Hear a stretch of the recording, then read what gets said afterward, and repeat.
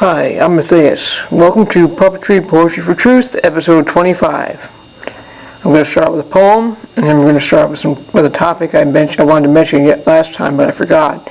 And then we're going to go to a new thing that I've been looking at, some new research, something different. Okay. It's called The Light of Life. The Creator gave us natural rights to be shared by me and you, to prepare us when ignorance comes our way and demands that we show proof. Knowledge can overcome ignorance and eradicate all fear, bathing us in the light of life, making darkness disappear. And that is encouraging, trying to make darkness disappear. That's what we're doing, sharing information that we know to figure things out and figure out where we're going. I wanted to mention something interesting on the Public Broadcasting Network, the Great Awakening show with Michael Herzog. He mentioned something that I wanted to bring up last week that I forgot. He was talking about these people who are triple citizens, going back and forth, Israel, Russia, Rome, America, London, which is interesting because you got the London and the Israel and Russia, London, Israel and Rome connection, which that's interesting. Also, you have these people going back and forth. They seem to go wherever they want to go without without anybody caring. Nobody knows exactly where they're the actual citizens. The triple citizens they're run by the Zionists. Criminals and Russian Red Mafia located in Israel. Israel is a safe zone for criminals. Yeah. So it's also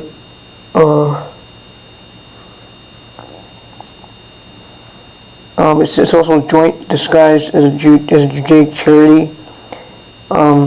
It's a criminal organization disguised as a Judaic charity.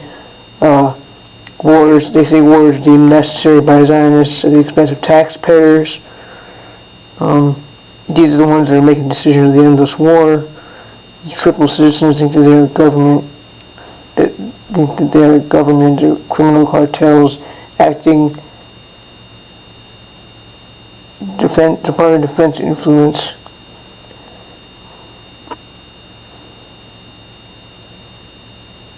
And to cooperate with their ruthless genocidal agenda, government lies through media to protect criminals. And I found it interesting because in the book of Revelation it talks about these, sounds like these people exactly.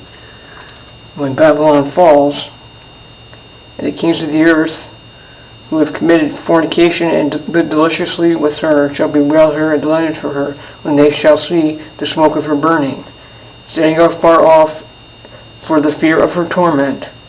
Because this is what the Most High and us, the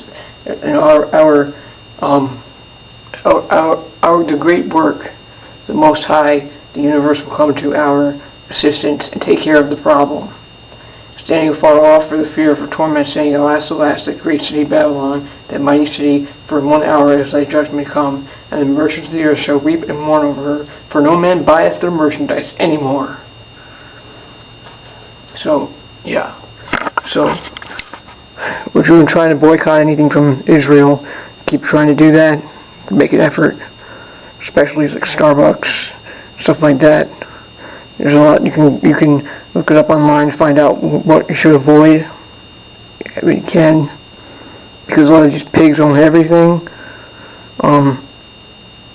So, I mean, you got that Monsanto giant crap trying to harass farmers. They're innocent farmers that are just trying to do what they're calling, and they're being interfered with because Monsanto wants to patent seeds and own everything about food. That doesn't belong to anybody. That's something that everybody has a right to have, and it shouldn't even have to cost anything. If we came together and did things together and shared our talents together, this could be all different. We could all be following our passions without having to worry about starvation or anything like that. If things were taken into the right hands and distributed properly and fairly and lovingly. Money is just a wicked system that picks favorites and benefits those who don't deserve to be benefited because they do not want to share with people. And it's really wrong, it's horrible. The whole monetary system was put here by those things that came down and created humans, mixed their DNA with human DNA. But now that humans of today have, a lot of people have incarnated with the true natural creator's help and their own desire to come back and help to save the earth from being destroyed. And they have willed themselves back into creation, so you don't have to be like sad or upset or devastated that you found out that the original man was created by these monsters, because chances are you're not that from that bloodline. And there are people that are from that bloodline, and they have free will to make the right choices, and there's many of them that don't make the right choices. And also, what I'm going to be talking about is bloodlines, things that we found out, and people that are targets because they share the same bloodline as these people that choose to be criminals, and these people that choose not to be criminals and do good, the brothers of these reptile Nephilim creatures that have decided to de-evolve into something, just a greedy monster animal, instead of re-evolve. I was thinking of something too today. I was thinking about the Sphinx. I was studying that a little bit. I didn't really get into it much, but now that I'm thinking about it, they used to have like depictions of these Anunnaki quote-unquote gods that are not gods, demented makers of humans.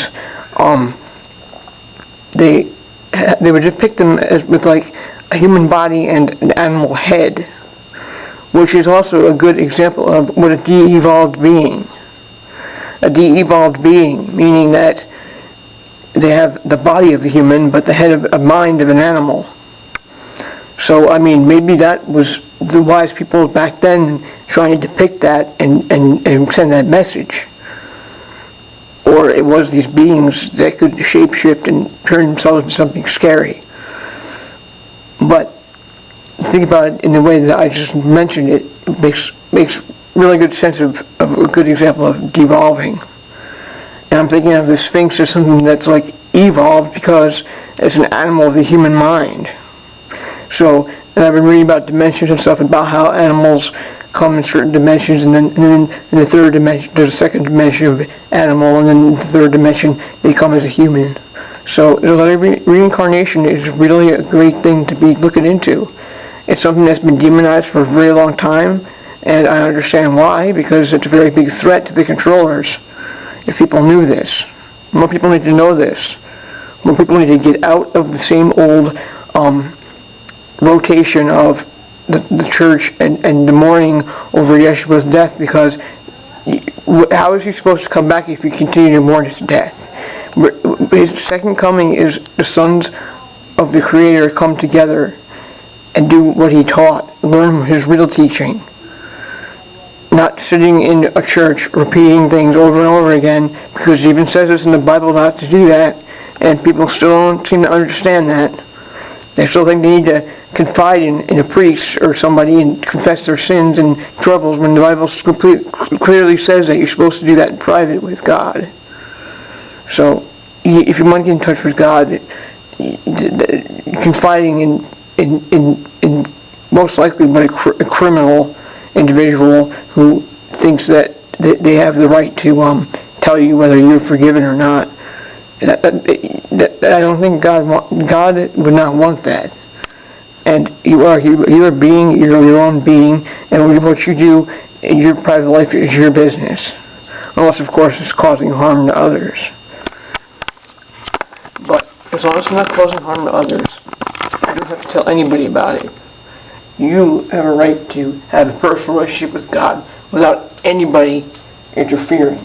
Another way of interference theory, to keep people under control and having them interpret the Bible the way they see fit, because they don't believe that people can take care of themselves, and people have the right to have their own private relationship with the Most High and learn who they are and who they were and who they want to become. And that is how it's supposed to be. Now, I have an article I wanted to read. I don't know if we'll be able to finish it all today, but I found something very interesting. That now, in this article, it describes what Yeshua might have looked like. I mean, really, if you think about it, looks don't matter. It doesn't matter what this individual looks like, whether he looked like the way the article says or not. It doesn't matter. All that matters is how an individual conducts himself, and their honesty and their humbleness, and being a good teacher and doing good things, and not conspiring behind people's backs and trying to lead people into prison. That's not a good teacher.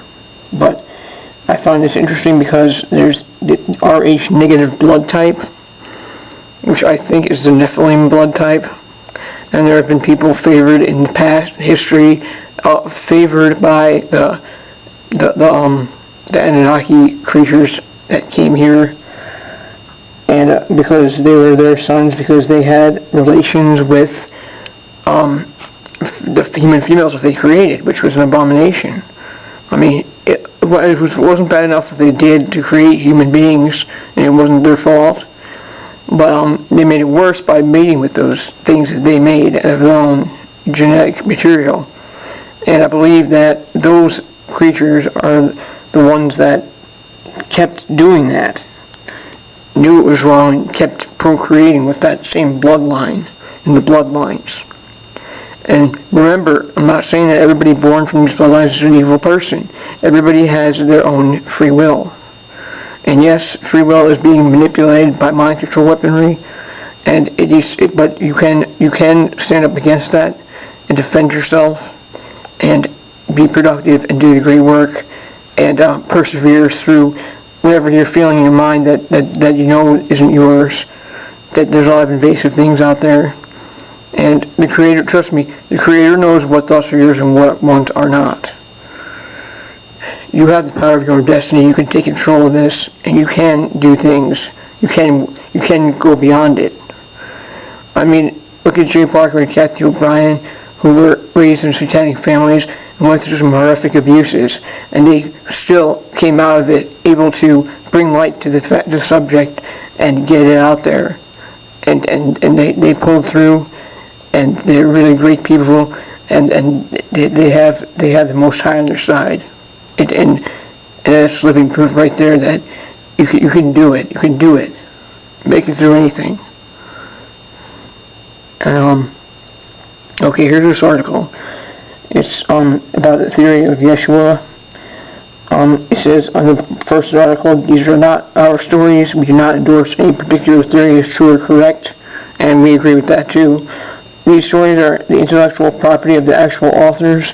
We have simply and only made them available to you in a central location on this website so that you may review and compare them easily. As new theories, ideas, or proof becomes available, that information will be added here as well. If you have any questions about these theories, we will try to answer them based on the related information and research we have available. These stories are included only because they are widely available online, and we do not want to leave anything out that someone may want to read or to appear we are ignoring its existence.